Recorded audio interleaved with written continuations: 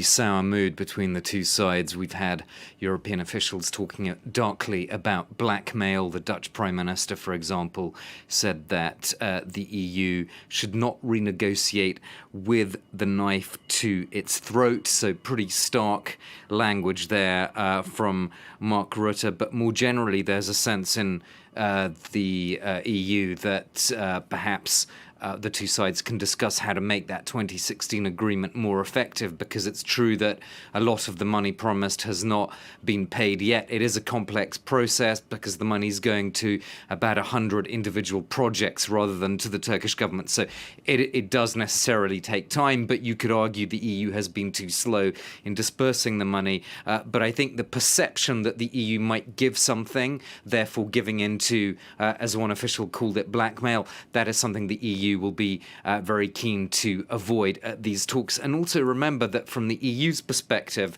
the refugee situation inside Turkey has not changed, because those Syrians displaced from Idlib province, they haven't come into Turkey. If we show you the border between Turkey and Syria, what's happened is that those internally displaced Syrians that have fled Idlib, they're still on the Syrian side of the border, because that Turkish-Syrian border you can see in red there, it's been closed effectively since 2015. It hasn't reopened. Therefore, from the EU's perspective, why should they renegotiate when Turkey has the same refugee problem that it did before this latest displacement from Idlib in 2016. So there's not much incentive for the EU really to fundamentally revise that deal. And while those negotiations take place, Greece is stuck in the middle. How uncomfortable is its position?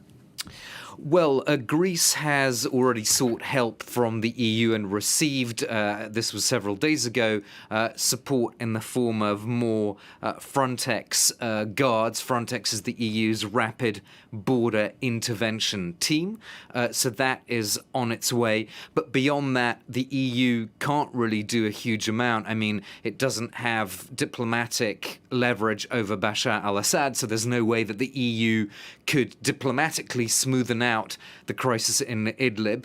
And at the same time, the EU is obviously not going to start sharing asylum seekers across the member states. That there's no way it's going to go back to those squabbles during the 2015 crisis. So it can't actually do a huge amount to help Greece, except for deploying more Frontex forces, as I mentioned. So Greece is really in a difficult position. I mean, it has, of course, used this very forceful response, which have earned it criticism. But at the same time, Greece knows that it is basically now the only thing stopping migrants and or refugees from going into other EU countries. So in that sense, it does have the support for these very controversial measures, some might say, that it has employed to push migrants back into Turkey.